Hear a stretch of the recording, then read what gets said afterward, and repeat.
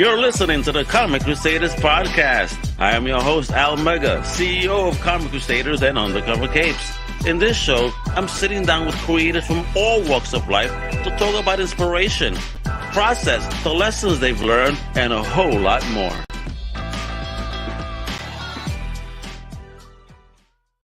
Wepa, what up, mi gente? How you doing? It's your boy, Al Mega. Welcome to a brand new Comic Crusaders Podcast. Today, we talking comics, independent comics. And I mean, this is an awesome little event right here. Because we're talking to a pioneer. Pioneers in their own right, real talk.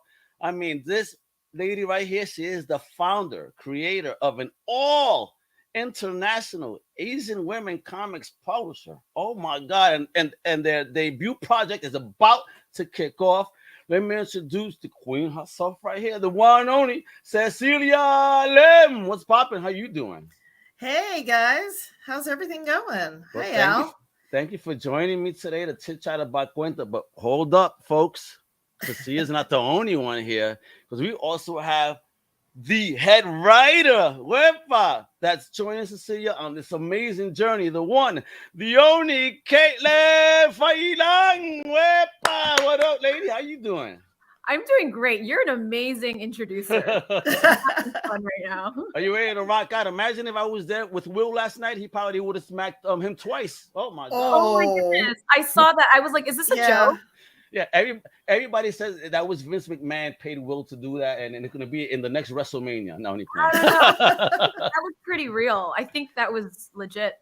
Hey, listen, it's a wild night, and I'll tell you this was the first time I ever actually said, damn, the Oscars was actually quite fun this year. I mean, we had good music, not just the event, but it was good music, a lot of diversity. It was great to see. You know what I mean? Yeah. So it was awesome. And I love the female winner from last year.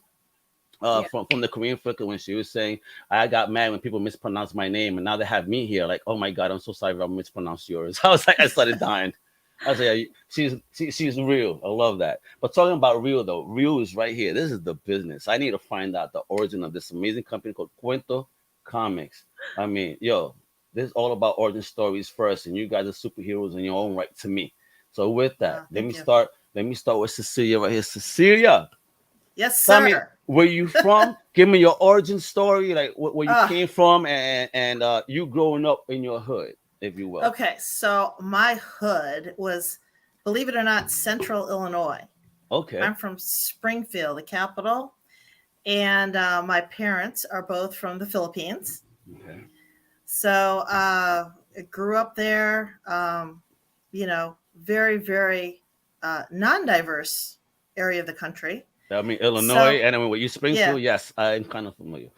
Yeah. A lot of cornfields, and I mean, great people. Just salt of the earth type people. But growing up, I read a lot of fantasy, read a lot of sci-fi, read a lot of mythology. I mean, who put you onto that? Was that something you discovered yourself, or was that something that the family kind of put in your hands, or what? My mom did not drive. Early on. So we took the bus to the library all the time. Oh, wow. So, I mean, I grew up, going to the library, found, C.S. Lewis and the Chronicles of Narnia. I found the Lord of the Rings. I mean, I'm old school, Ray Bradbury, Martian Chronicles, wow. That's so I'm old school. And because we took the bus, there was a newsstand by the bus stop. And every time we went to the library, I asked my mom, "Oh, can I have a comic book?"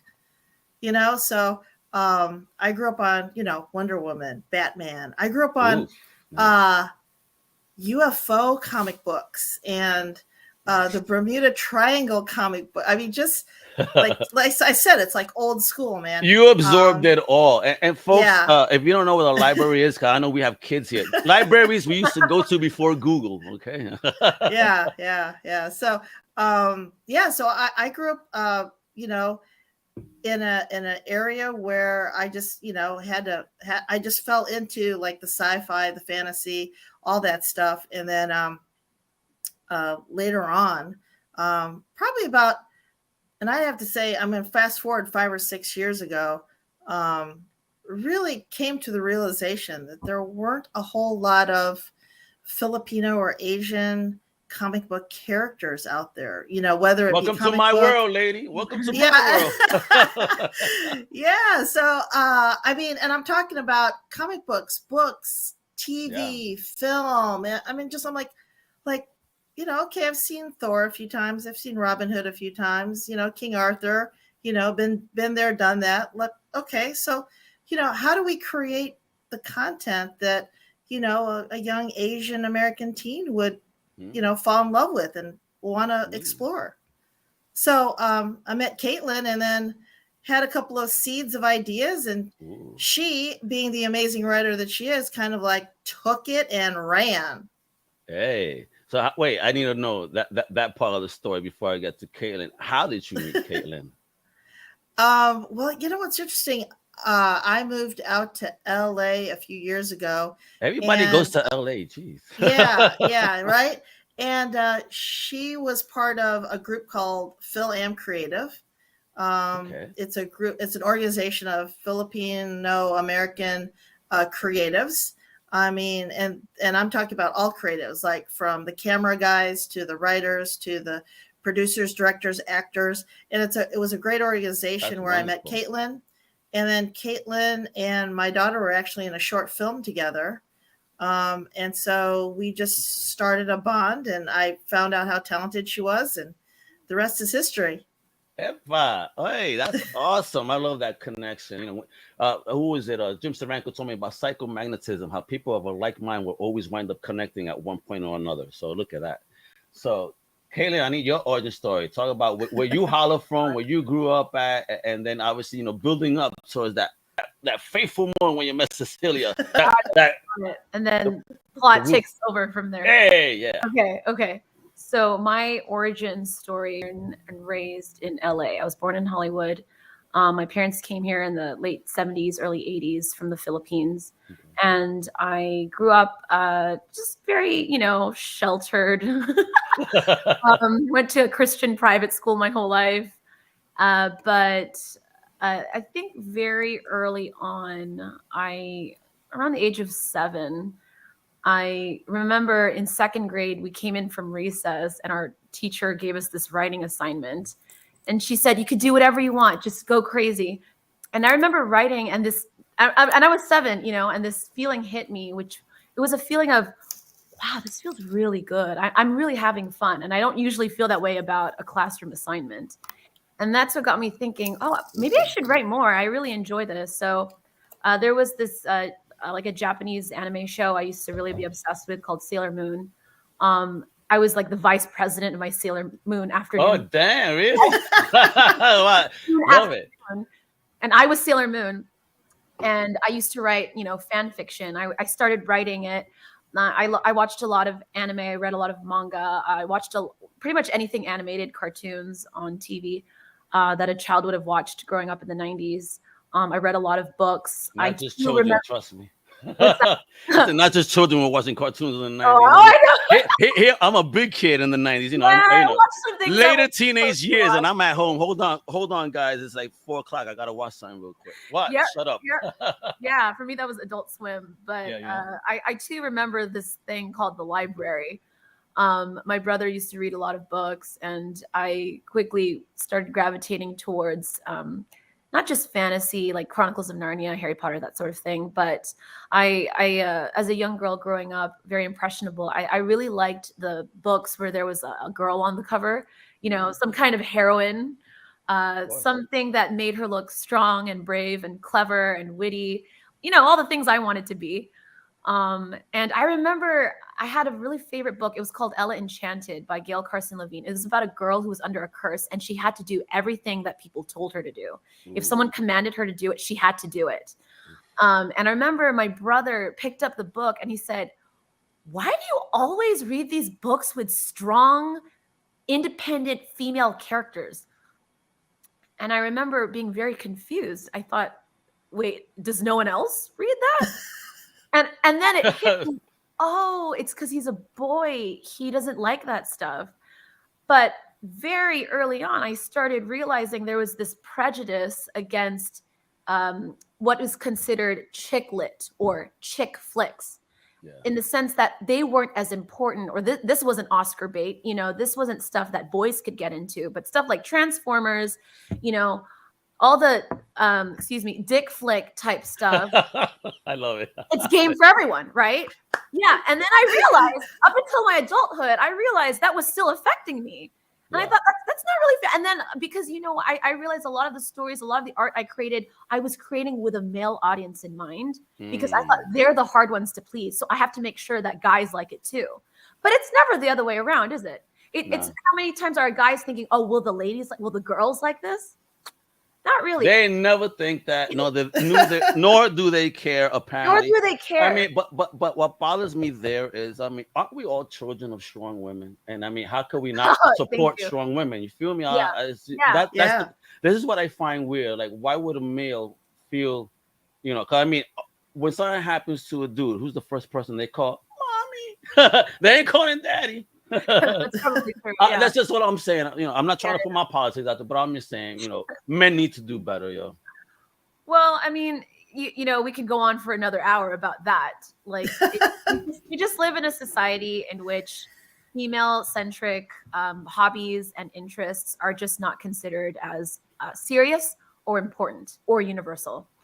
So moving up in life all the way until I was doing filmmaking and that sort of thing. And 2017, I ran into Cecilia Lim, and her daughter, Waverly Lim, who is a producer on this project and a great one. Family affair, kiddo. Yeah, family affair. I love it. Oh, yeah. They've taken us all into their family. We're one big happy family now. But essentially what happened was I do acting as well. And her daughter and I were cast in the same horror film. Horror. And have I seen this horror movie? What's going on? No, I don't think you have. But on the car ride there, which was shot in Idlewild, Cecilia said, I said I'd made a movie that was in a festival that she had seen. And she said, your movie was my favorite. Oh. And I said, oh, you don't have to say that. And she said, no, I'm actually serious. That actually was my favorite. So I remember being very pleased when she said that. And a couple months later, she asked if I wanted to be on a writing team for a comic book series starring a Filipina teenage superheroine. Woo! This is where the points converge now. So next, I love it. Yeah. I love it. So here we are, the convergence point. Yes, now, the beginning of Kwento starts. Now, how long before you guys met that the company Kwento came up? The idea of building this organization to empower Asian women to create comics. And then following that, I also need to know then is, did you know how to create comics when you stepped into this world?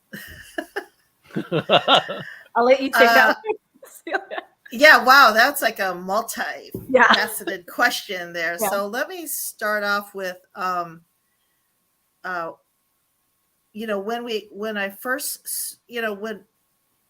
and I were attending meetings at the Philam Creative Organization, we had talked, there was a lot of talk about, how do we get more visibility in the entertainment space? And everybody said the same thing: create the content. There's nothing else other than being able to get into the writing room, create the content, because studios, they want it easy. They're looking for the content that's already out there. They want you to walk in with this and be like, here, it's done. Yeah, exactly. Yeah. And so I said, okay, well, let's do it. Let's create the content. How do we do it? Do we create screenplays? Do we, create short films? And, as going through, talking to people in the industry, we came up with, what? Let's start with a comic book. It's universal. Okay. If we want to tell our stories, let's tell the stories to the next generation of kids or teens or adults who are going to, want to be exploring this. So we thought comic books was the perfect medium to just add visibility to the Asian American or Filipino American, community. Fantastic. And what was the learning curve like in the creation of a comic book? I'm gonna let Kaitlyn take that. Kaitlyn looks like, oh my God, wait a minute. No. Yeah. Hey, we started. I have to tell you, going back to origin story. Back in Illinois, I was an econ major. I went to law school. I spent 20 years in corporate America until I found this calling. Okay. And, I'm not in corporate America anymore, but I learned a lot of lessons along the way. In corporate America, you learn about finances, you learn about, managing people. So I feel like my journey has led me to have the perfect foundation to create Kwento Comics. I just knew that if I could put the right team together, that it would be golden. I just feel that, that's where my strong part is. I'm kind of the strategy, the den mother, the person that, will pull the talent together to make a beautiful thing. And so that's what we did. So I started with Kaitlyn. Kaitlyn was my first person to bring into the Kwento Comics fold.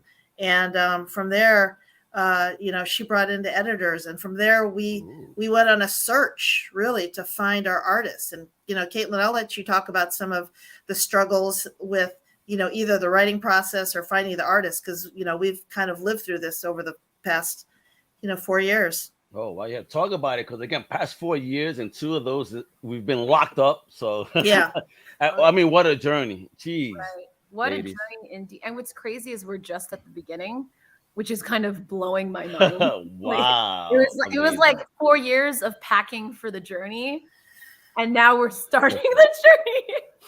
But basically, the learning curve was very steep because we didn't really know what we were doing, to be honest. One of the pros of creating comic books is, in a way, there's no actually one set format. I was used to writing screenplays and pilots and, plays and that sort of thing. But is that something you trained for, to write in that style? Well, I was an English major and I took a lot of creative writing classes throughout college, and I produced writing classes and writing clubs. But comics, I had not really done. Aside from, those little comics I used to draw in the 4th grade for my friends, I didn't know how to write a panel script. So there's no actual one format to create a comic script. It's really up to the writer. It's not like, in these other mediums, it's actually really strict. So I guess that was a good thing, but it was also kind of hard because I didn't have any hard, fast models to kind of copy off of. A lot of it was me and Jen, the editor. We just had to go online and kind of look up articles teaching you how to create. Google is college for me. Yeah, no, it's true. I didn't even understand how panels worked. I didn't understand how the dimensions worked. Wow. Yeah. I didn't understand what the art process was like because I'm not a professional artist, visual artist in any way. I didn't know how long issues should be. I didn't know how many issues we should release a year. I didn't actually know anything. Yeah, but that's okay. Yeah. Because the biggest thing, Al, is I wanted to create something different. Yeah. No bad habits, right? Yes. It wasn't like we wanted to do anything formulaic. Yeah. We didn't want to be the same old. We wanted something different. And so the fact that Kaitlyn had all this, screenplay, and she's a storyteller from a film aspect. I think it played really well into how she created, the story moving forward from Mask of Halia. Oh man, she dropped the name. Everybody, she dropped it. She had to do it. Folks, I'm about to show you this. Oh, she has that gorgeous cover right there. Wait, I want to get mine now. Hold on. Look at that cover. Gorgeous. Yep. Can I see the side? how thick is that baby? Look at that. Oh, it's thick. It's thick. Look at that. Caitlyn too, dropping it too. Yeah. Hey, everybody got their copy. Where's mine? We could have done a I apologize. Honey Al. No. I was gonna say something. We had our launch on March 5th in LA, and I literally had 500 books shipped to LA. We sold out between the comic book signings, the launch party.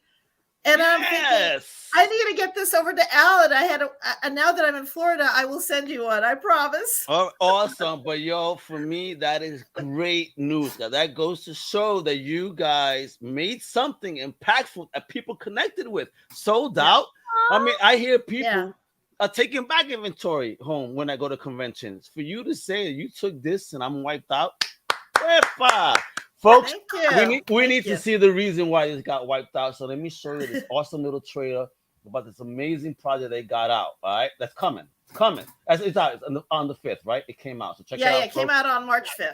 Yeah, came out on March 5th. After you see this, we're gonna get into the story, folks, and then we're gonna tell you where you can buy this. All right, because you need to get your wallet ready, folks. Check this out.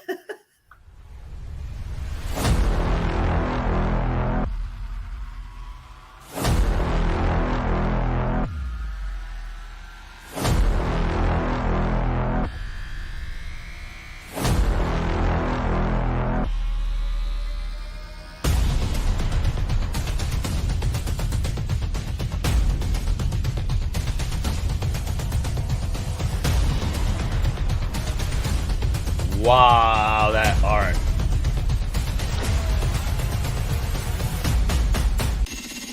That coloring, my God.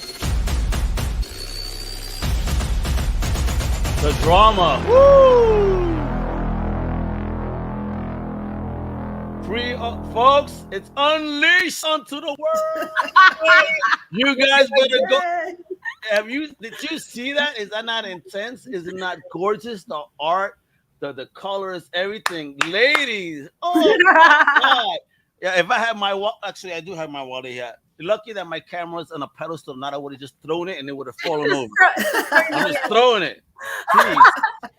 Stop and take my money.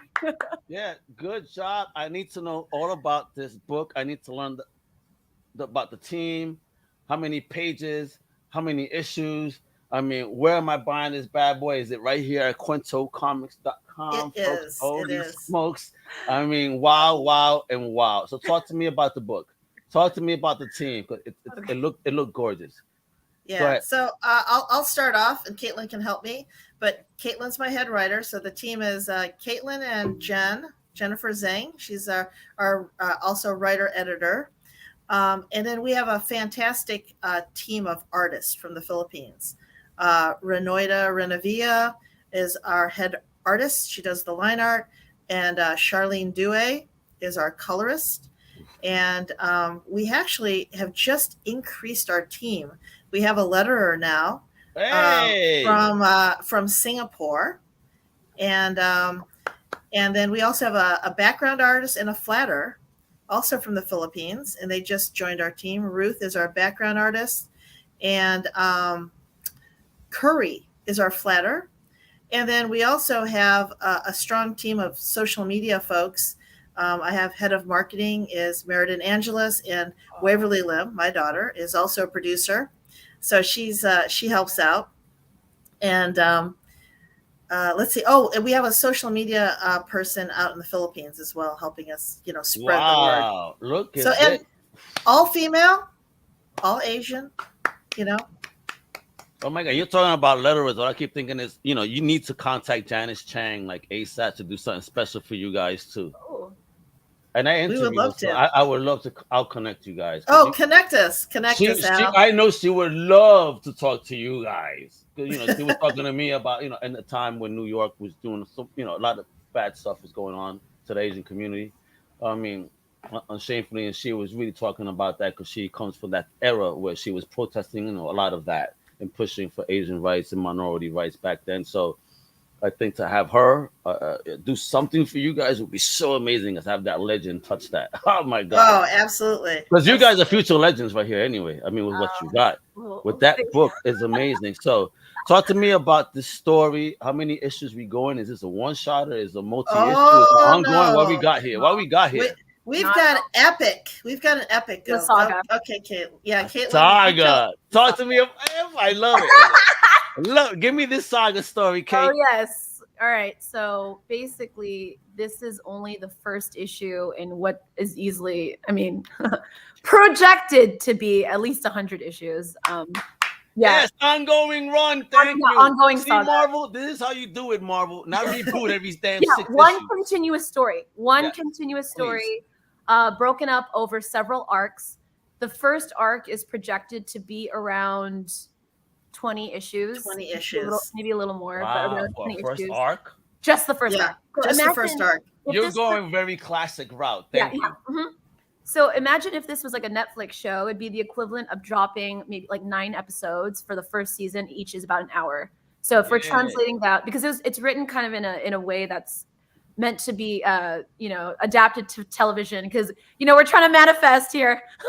Not trying to. Again, we're manifesting here. Okay, check this out. Manifesting. Yeah, we're manifesting. Because listen, I've heard this, right? About the light of consciousness, right? Now, people have telling me that life may be hallucination, or our consciousness is hallucination, right? So is manifestation a controlled hallucination by self? And now, with the power of consciousness over hallucination, is hallucination an algorithm? Is everything predetermined? And if that's the fact, how can we manipulate our algorithm via manifestation? Is manifestation magic? Now, I think so. So manifestation is magic. So let's make that magic right now. So Kwento Comics and this particular story will in fact be a streaming show on what preferred platform? Let's do it. No, but Al, you just got 10 times cooler from what you said right now. I'm in awe that you said that. But I don't know. Listen, I wrote this down the other day. Okay. I was just really were you quoting? No. Yeah, for myself though, because I was watching some stuff and then I started thinking, and my wife saw this. She like, I want what you're smoking. I'm like, wow, really? So you just had the notes on your table and you just decided to read it, right? Yeah, because you're talking about manifestation. I really do believe that. It's real. It's so powerful. It really is a real thing, and it's the power within us. And when you have a family like Kwento, I know it's gonna happen because you have this organized energy now that's projecting. Oh my gosh, wait, I'm getting emotional. Yeah, that's amazing. It's so nice. That really means, like, he's saying, like, tap into the algorithm here. Yes. Magical spell, but I love that. Yeah. We're all witches here, right? I'm a warlock. Let's get it done, kid. Yes. I love that. So basically, it's going to be at least 5 arcs. I would say it is projected to be. We're all working night and day on this story and putting the story out there, because everyone is just so hardworking, such a perfectionist, But in terms of the story, so you want, what do you want? You want me to give you like a synopsis? Give me a little synopsis. Tease the folks here. Just why a teaser. They need to throw their wallet at the camera. Like, got it. Okay, so basically the story is it's a multi-POV, interweaving narrative saga that's set in Cebu City in the Philippines, and which is heavily inspired by Philippine mythology. In terms of genre, it's definitely kind of in the urban fantasy realm, but with also a lot of elements of suspense, thriller, horror, romance, adventure, you name it. At the heart of this story is a young teenage girl named Marisol Reyes. And she's around 15, 16 years old. She's a very, let's say, troubled girl who kind of suffers from some unknown mental illness. She's been kicked out of all these different schools. She just can't get a break. She can't make friends. Something's always wrong with her. She's doped up on a lot of meds because there's something wrong with her, right? So her mom, this is very Filipino, by the way, she decides to send her to the Philippines. That's very Filipino. If the child is not working out, you just send them to the Philippines. Yeah. I've had Filipino friends. Really? I work in New York, so trust me, I understand. Yeah, they tell me that. I used to laugh, like, that's fucked up, man. I'm like, no, they need to learn. I'm like, oh, damn. All right. Yeah, exactly. Yep. So she is banished to the Philippines by her mother, who is kind of this kind of a toxic woman who's very ambitious, very cares very much about appearances, and very vain. Let's put it like that. And like within the first week of her arriving in Cebu City, it coincides with the death of her great grandmother. Now, there's a lot of stories and mysteries surrounding the death of this great grandmother, who was supposedly a huge titan in her real life. And at the wake, so in the Philippines, which is a largely a Catholic country, before you have the funeral, there's an event called the wake, which can last sometimes like a week, in which you have the body of the deceased loved one in a home, and people stay in the home and they play games, and they're basically watching the body. Filipinos, I swear, you guys are just Asian Puerto Ricans. Yeah. We do the same thing. Got it. We do the same thing. We do the way. So you get it. It's kind of a party. That's why we love each other so much. We definitely do connect, folks. So cheers. Cheers. Yeah. And it's at this wake where two things happen. She meets a young woman who's her older cousin. Can't speak. Okay. She meets this kind of cool older girl with, purple hair and tattoos, who's her cousin named Isla. And Isla is given a pearl necklace that it belonged to the great grandmother, who was her favorite black pearl necklace. And it's bequeathed to Isla for kind of mysterious circumstances, because Isla is the black sheep of the family. We don't know a ton about her yet, but we know there's some mystery about this girl, something that made the family not like her. And this is her first time back in many years. Yeah. He goes, Asian Puerto Rico. Oh, wow. Manuel, let me tell you, he's one of the biggest supporters of independent comics. He's also the CEO of Truthful Comics. He's also a partaker in the Think Indie podcast and some of the cats. So that's another show you guys need to go on. Absolutely. Awesome. Thank you. Thanks, Manuel. Yes. And more importantly, the second thing that happens that night is she finds this mysterious wooden mask inside her grandmother's chest. It just mysteriously comes out. I don't know. Am I like spoiling the first issue? Basically, she finds the mask. Basically, once she comes into contact with this mysterious mask, a number of dark and threatening forces begin to stalk her every step. Ooh. And she begins seeing things that she didn't see before, magical, disturbing visions, ancient powers being awakened, a whole cast of characters that she meets on her journey who it's kind of like a Game of Thrones style thing where everyone's interacting with each other. So we switch narratives, we switch POVs, and you realize that everybody in this story is kind of connected by an overarching mystery that is bringing everyone together. Sorry, does that mean? Okay. And that's kind of the premise, without going too far into it. I want people to read about it, Yeah, no spoilers. No spoilers. But that's essentially where the story begins to take off. Beautiful. And folks, that way here, appreciate the gorgeousness of the cover.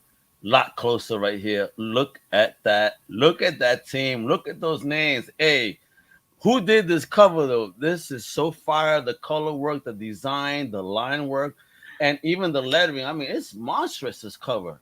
Gorgeous. This is something that no one would be able to ignore if it's on the shelf. They're going to be like, wait a minute, what's this? Aw. Thank you. Well, Catherine Lano, who's our cover artist and who actually did quite a few number of pages in the first issue, she was the first artist whom we brought on board. She was originally the head artist, and then she kind of transitioned over to cover artist because she's working on some pretty big projects nowadays, including like Castlevania. So she's responsible for that first cover. And we're just expanding the team. So there's going to be artwork from multiple different talented, female Asian women. Right. So this one book, how many artists does it have? In terms of line art, 2 artists. Okay. But if you include coloring as well, that's 3 artists. Okay, nice. Right. So Kat did the cover, and Ren did the inside line work, and then you have Charlene, who's the colorist. And then for issue 2, because we kind of have an aggressive timeline, we brought on more artists to help us out. Oh, and are you putting yourselves on an aggressive timeline on purpose?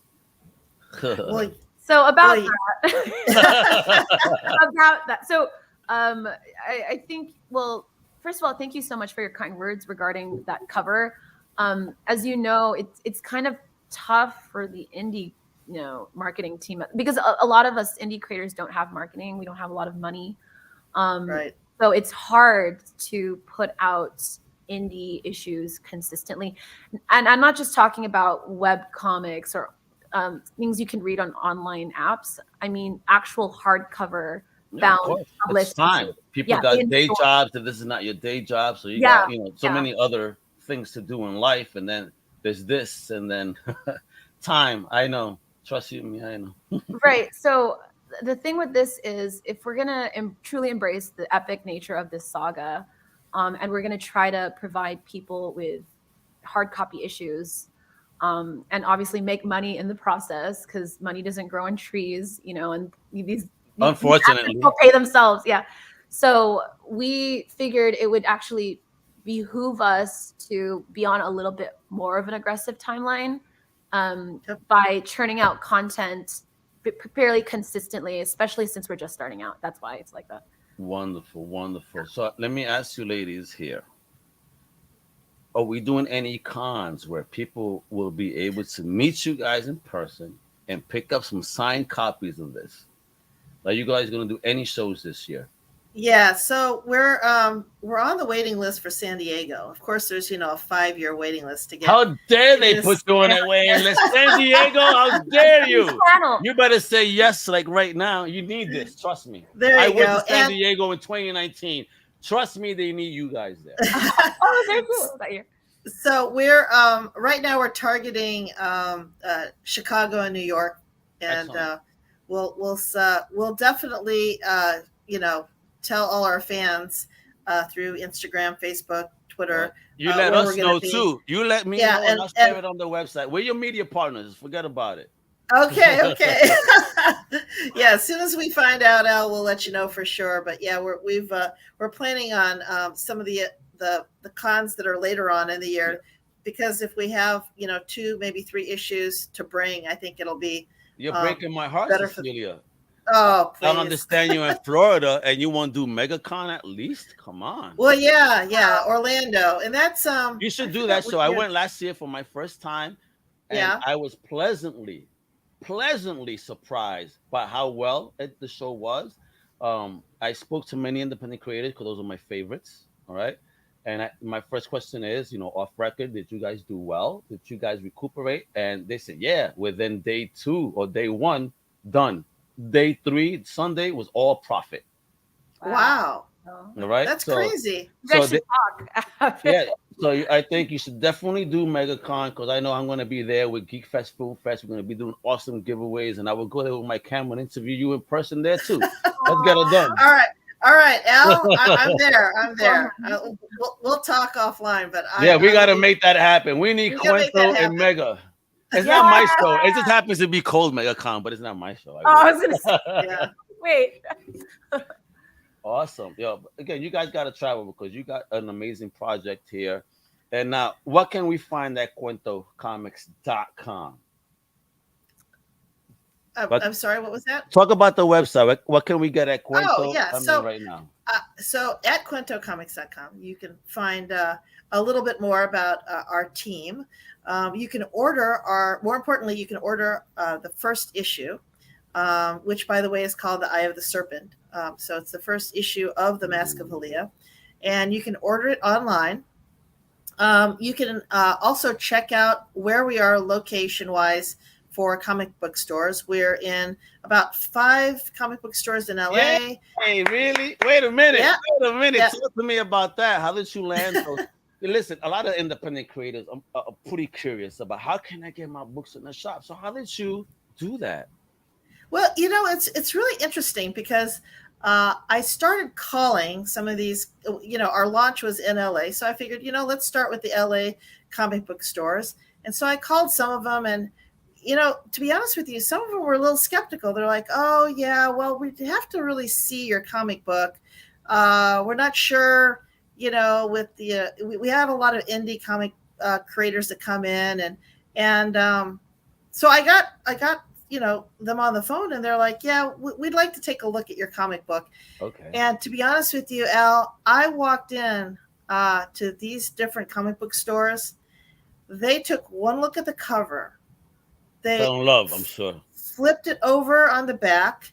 They opened it up. They saw the artwork. They saw the quality of the paper. They saw the, just the quality of what we put together, because, it was really important, especially for the first issue, that we would get it right. And every comic book store owner looked us in the eye and said, wow, you guys have something special here. So we were very excited. Yeah. We, and I love all the comic book store owners were so overwhelmingly supportive when they met me, when they saw the comic book. We had a couple of comic book signings at the Comic Bug in LA, and, everybody was just so nice and supportive. We were over the top and happy. Receptive. I hope receptive over this awesome new book and this new heroine in our lives. That's what I'm excited about. I love to see new things come up, and especially from strong, independent women that are taking initiative, not begging to join a club, but decided to, I'm gonna do my own shit and get her done. So thank you for that, because that is what we need to see more of. People like us taking charge instead of complaining.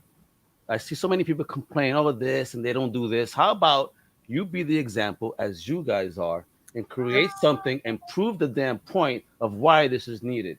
You know what I mean? So thank you. Well, thank you. Thank you. Thank you.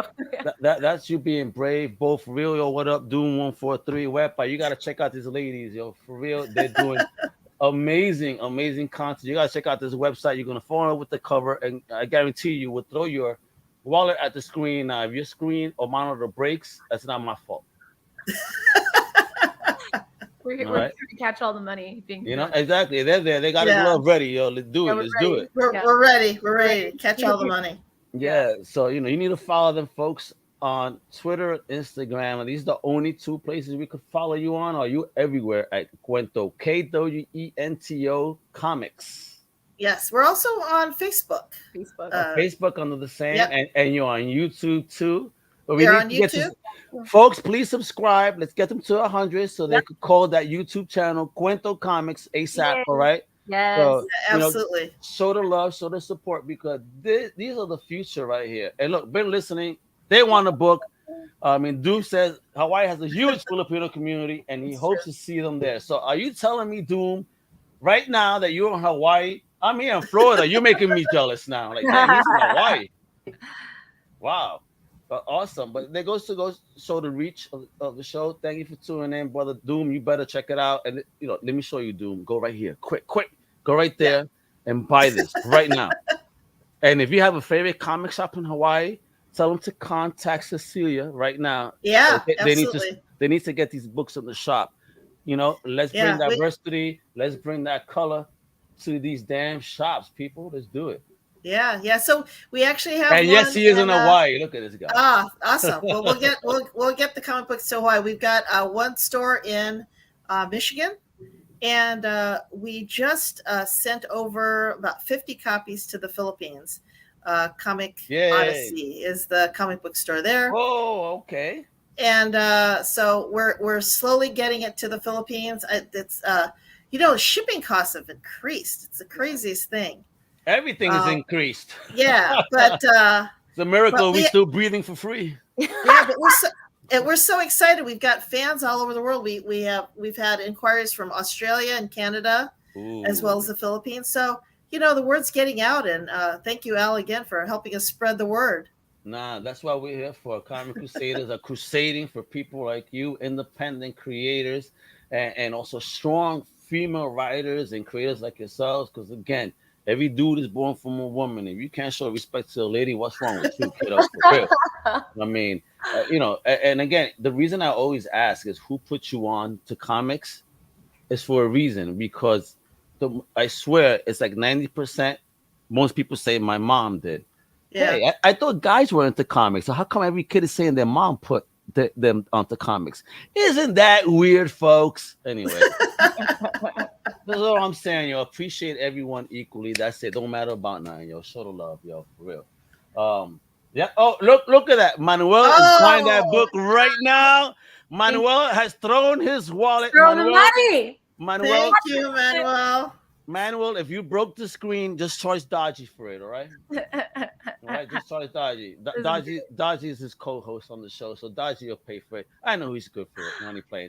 Yeah. For real, though. You guys have been awesome. Thank you, Manuel. I love you guys, Energy, Cecilia, and Kaitlyn. I see you guys as future superstars. I can't wait, because just looking at that video, looking at the book and the pages and the color, I mean, you guys have definitely built yourself to succeed. There's no other. There's only way is up right now. Wepa, all right. Not to sound like Carly, but like, let's do it. You know? I cannot with you. You're so funny. I love this. This is like making my day. Yeah, because everybody got inspired. Wepa, we gotta do it. We're gonna rule. We gotta do it. These ladies are gonna rule the world of comics. I can't wait to meet Cecilia at MegaCon, hopefully. But if not, hopefully, maybe I have to travel to San Diego or to New York and check them out. Yeah. Like, Kaitlyn, where are you going to be? Are you going to be in any one of those shows too? I'm going to try to be at New York and Chicago, maybe. Well, we're actually going to the Philippines this year. I'm doing a research trip. Maybe I'll find some con there in the Philippines and all the do the Filipino concert. Absolutely. Yeah. I know they'll love it. And look, man, what says you gotta support y'all because the book look amazing and y'all seem great. They don't seem great, they are great. All right. Thank you guys. Facts, all right. Facts right there. Facts, yeah. So, folks, all right. Lastly, one more time. Follow Kwento Comics, KWENTO comics.com. All right. Show the love, follow them on social. Know when the books are coming out. That way you could keep spending this awesome money. Look at that awesome. Can I get a t-shirt like that too on the website? Yeah, absolutely. Ooh, look at that, folks. I'll send you a hoodie. We'll just send you one. Yeah. Oh my God. You don't want me dressing sexy in Kwento Comics gear. Where? No, we do. We do. We do, Al. The mega model episode. Yeah. I love it. You guys are awesome. I love you guys' energy. And again, just thank you guys for being brave and bold and doing what you're doing, representing for the ladies, representing for the Philippines, representing for the Asians. But, representing for comics and making sure that you are spreading the message that comics are in fact for everyone. So thank you for that. That's really important nowadays. You guys rock. Waverly right there, yo. Saying what up? Waverly was watching. Shout out, Waverly. You're killing it. You're killing it too. Family affair. Kwento Comics. It's a family affair. It's the future comics indie. Folks, check it out. You guys are gonna definitely love it. Comic Crusaders approved. And Waverly is confirming that Manuel got his order in. Manuel was not talking smack. He got that order in, all right? Yeah, all right. Well, Waverly has come. She said, let me check this homie real quick. I love it. She's like, I'm not going to let no man talk shit. I'm going to make sure that they are buying this. I love it. I'm just kidding, Manuel. Thank you for the support, We'll send Manuel a signed copy as well. Yay. Oh, he'll love it. There you go. That's my homie. He works with me on the Thick Indie podcast for us. All right? So he's the man. Folks, thank you again for tuning in. You know what to do. Outro tells you everything to do. Follow these young ladies, all right? And make sure you visit the next con they're at. You won't regret it. And with that, I'm out mega. With Kaitlyn Fajilan, Cecilia Lim. Hasta la próxima. Wepa! Thank you for listening to the Comic Crusaders podcast. If you like the content, please subscribe and turn on notifications. Also, please visit comiccrusaders.shop and our extended podcast family over at undercovercapes.com. And also, make sure to download the Comic Crusaders app on the Google Play Store today.